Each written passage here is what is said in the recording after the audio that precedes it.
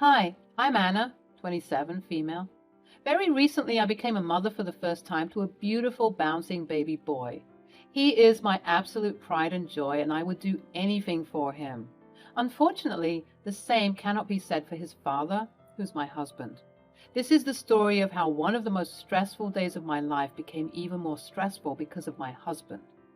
My husband, Greg, is what some people call hard-headed. He's constantly shouting about something due to his serious nature. He doesn't really know how to let loose and have fun. Hey babe, I know you're 7 months pregnant and all, but could you please pick up after yourself? You know how I feel about dirty dishes.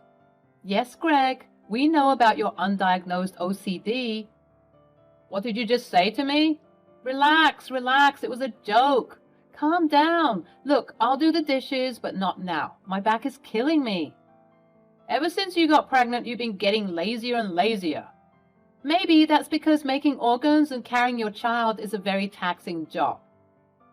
I loved it when my beautiful mother-in-law, Florence, helped me out when Greg was being particularly antsy. I know it is somewhat unconventional to get along with your mother-in-law. The general ideology is that in-laws are supposed to be your greatest enemies. But for me, that couldn't be further from the truth. Florence has helped me a lot. She knows her son can be a bit much at times, and perhaps her helping me whenever she thinks it's necessary is her way of secondhand apologizing, since Greg would never do it.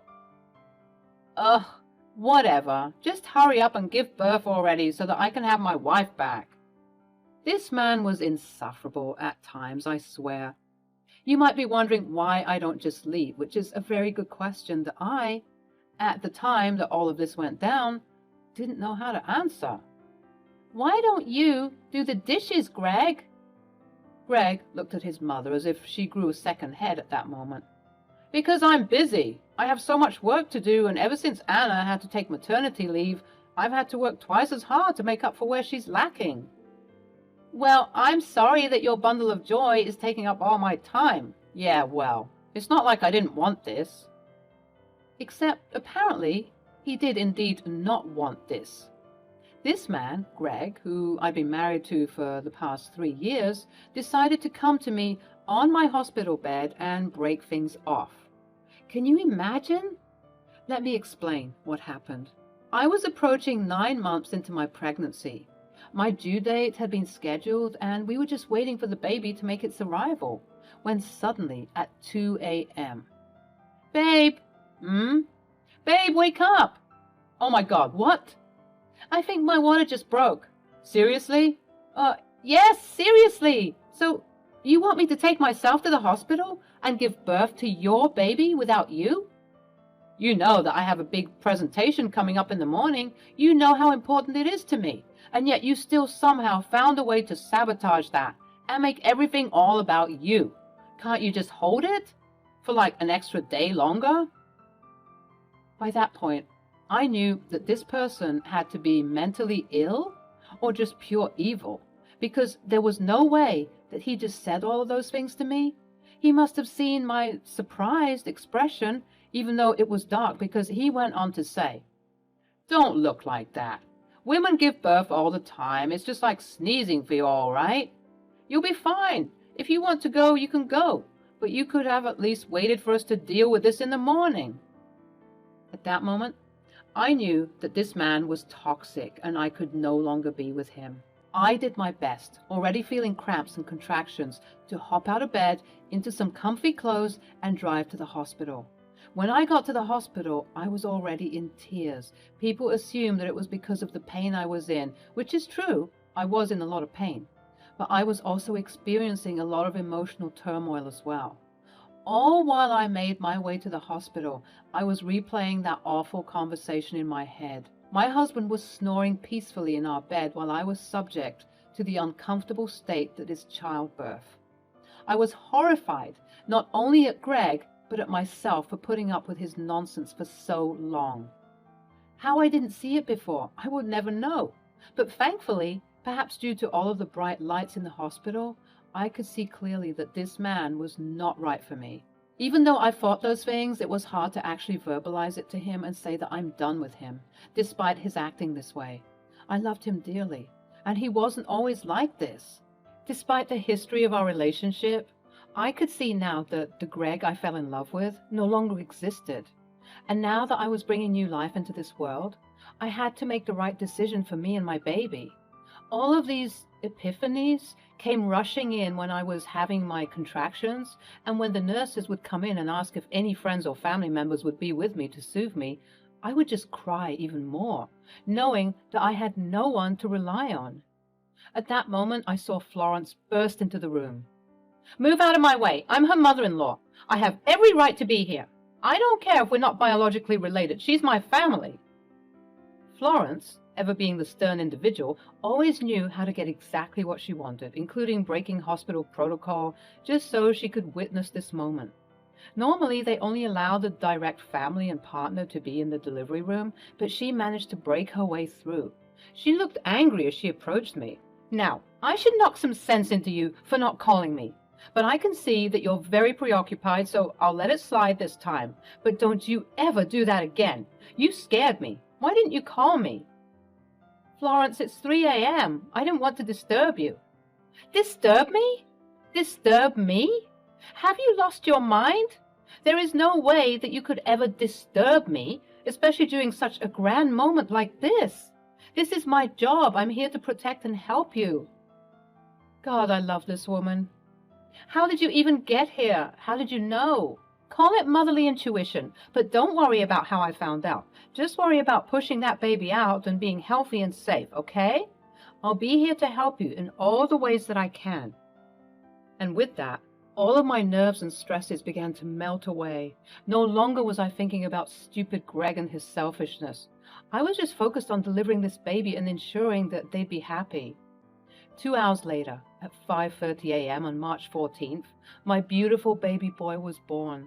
I named him Sam, and he was gorgeous. By my side the entire time was Florence, who was cheering me on, and once Sam was born, she couldn't put him down. She instantly fell in love. Due to the pain and the turmoil, I was constantly in and out of consciousness, but once I started to feel better, Florence and I began talking properly. "Okay, seriously, how did you find out that I went into labor? Did Greg tell you?" "Yes, dear. He told me everything, including how he was unable to come to the hospital with you. He sent me here to be with you instead, and I swear I was going to stop by on the way to the hospital to knock some sense into him, but that would have taken too much time." I started to sob as the events of a couple of hours earlier washed over me, reminding me just how much of a low life my husband was. "Oh no, please don't cry, sweetie. It's okay. I'm here. Please don't let little Samuel see you upset like this. Today is a beautiful day full of miracles. You just gave birth, my love. That is such a wonderful thing." I suppose she was right. Looking at Sam, I radiated nothing but joy, and I swear to God, whenever I'd look at him, he just took all of my pain away, both physical and mental.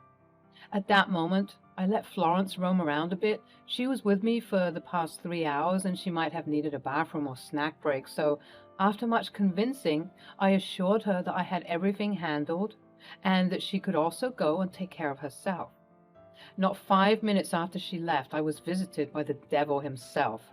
Standing at the doorway to my hospital room was none other than Greg. I was upset, but he too shared a look of anger and frustration as he was forced to be here. "Hello? Can I see him?" I gestured for him to come over and see his son, and for a moment it appeared as though my husband's icy heart had melted, at least ever so slightly, because a flash of several emotions was splayed on his face. I could tell that he was joyous because of this event, but part of him looked sad, as if saying that he regretted not being here. Just as quickly as these emotions came, however, they also left, and he was back to being his cold and strict self. "Little Greg Jr. looks very happy and healthy. Good job, champ." "Sam." "What?" "His name is Sam, no Greg Jr." "What are you talking about? We discussed this already. If the baby was going to be a girl, we would have named her Delilah, and if it was going to be a boy, then Greg Jr." Well, considering that I did most of this myself, I decided to change that decision. It made the most sense to me anyway, since I came here and gave birth alone. "Come on, Anna." Are you going to act like this?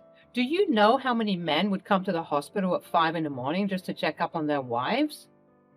Even though they have a big presentation to make in a couple of hours? How selfish could you be, honest? I do everything for you, and now I'm getting fed up.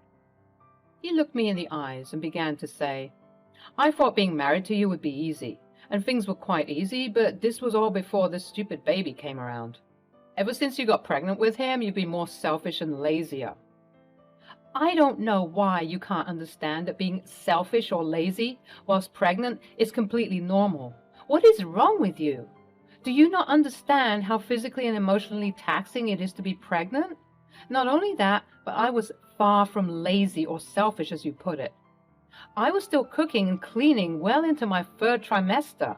And what were you doing? Nothing. You were doing absolutely nothing, while I had to slave away catering to your needs because you don't know how to do anything.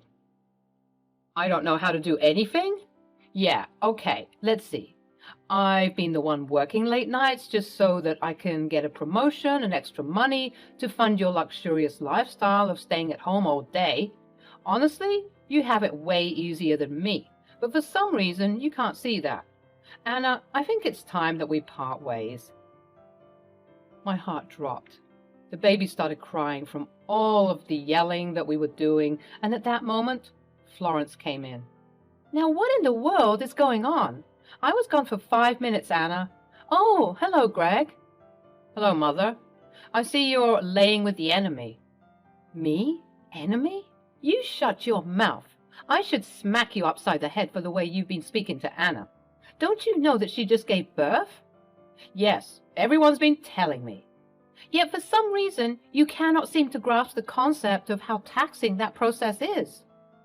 You see, Anna, you've even turned my mother against me. So that's it? Do you want us to part ways?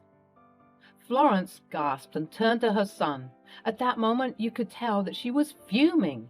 She started yelling at him, and unfortunately, all of the commotion prompted several nurses to flood into the room to see what was going on. Because Greg was doing most of the yelling, he was the one who was escorted outside. But as he was leaving, he was yelling something along the lines of how he no longer needed me, and that once he gets this promotion, he'll be just fine without me.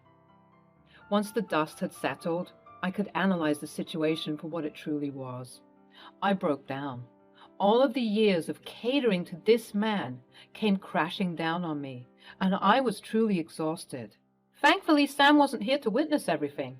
At some point during the commotion, he was taken by one of the nurses and put into the nursery. When I was just wailing and sobbing, Florence came by my side to comfort me. She was very soothing, and her motherly touch managed to console some of the aches that were residing in my heart. After what felt like hours of me crying, she finally said, "We're going to get back at him." What? We're going to get back at him for all of the trauma he put you through. I am so sorry that I let this get out of control. As a mother, I did my best to raise a kind and respectful man, but I would be lying if I said that I don't see a monster whenever I look at Greg. As a mother, I believe that I've failed. He's too far gone into whatever this is to change now. Even though I failed Greg, I'll be damned if I let you fail Sam. We have to work together to fix this. Florence, listen to me. You have a beautiful baby who doesn't deserve any of the nonsense that Greg tried to give you. He said that it's time to part ways, right? Then maybe that's exactly what you should do. I got scared. Part of the reason why I hadn't left Greg is that without him, I wouldn't be anything. I was working, thank God, but it was not enough to live on my own, let alone with a newborn baby. With that logic, there was a high chance that Sam would be taken away from me, and he would have to stay with his awful father. The mere thought of that happening made me sick. I know you're scared, sweetie, but please don't worry. You'll live with me for the time being, and we'll figure something out, okay? But right now, that boy needs to be taught a lesson. But what are we going to do? Don't worry, I'll handle everything. You just focus on healing and taking care of that sweet little boy. Grandma's got everything covered. She was right when she said that, because the events that happen later will completely shock you.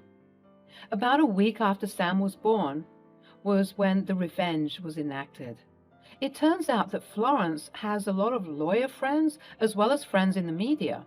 This wasn't mentioned before, but Greg works for one of those high-end companies on Wall Street, and as such, it should be noted that any detriment in the company will be broadcasted, at least locally, which is enough to tank a company's reputation.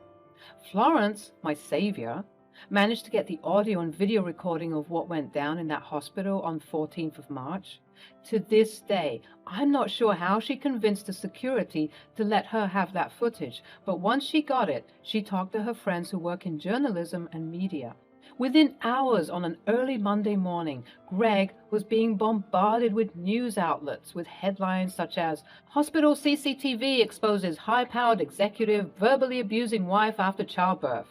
"Shocking footage reveals husband's disgraceful behavior towards postpartum wife." "From CEO to shame, hospital video leaks husband's shocking outburst towards new mother."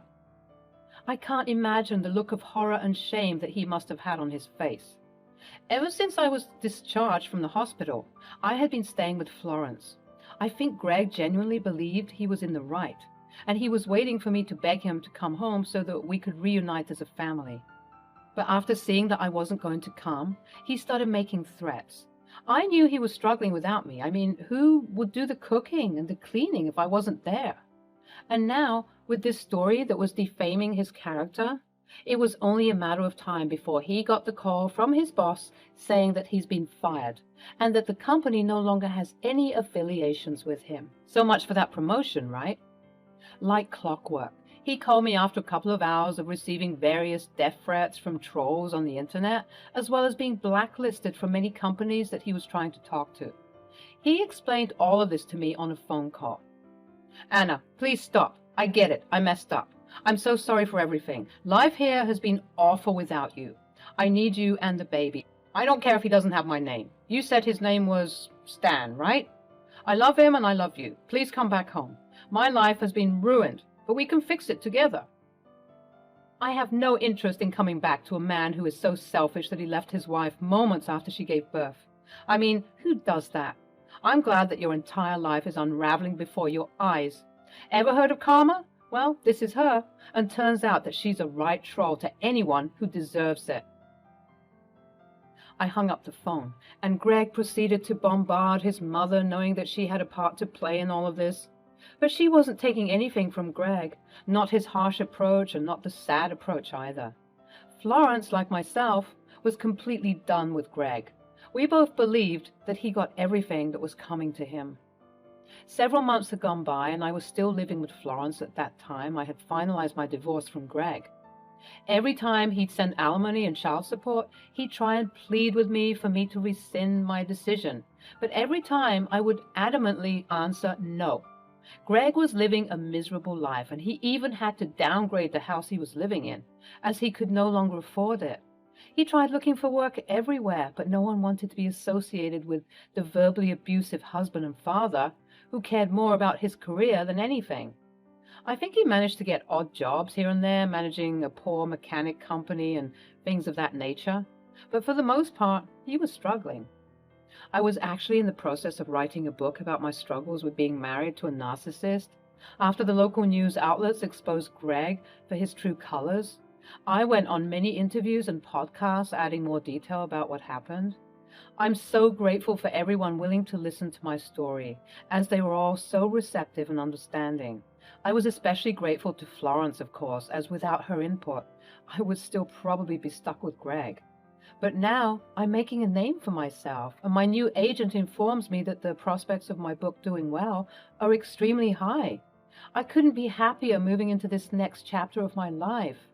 With lovely and supportive fans, supporters, a big stack of money on the way, and of course, my beautiful family, Florence and Sam, whom I love very dearly.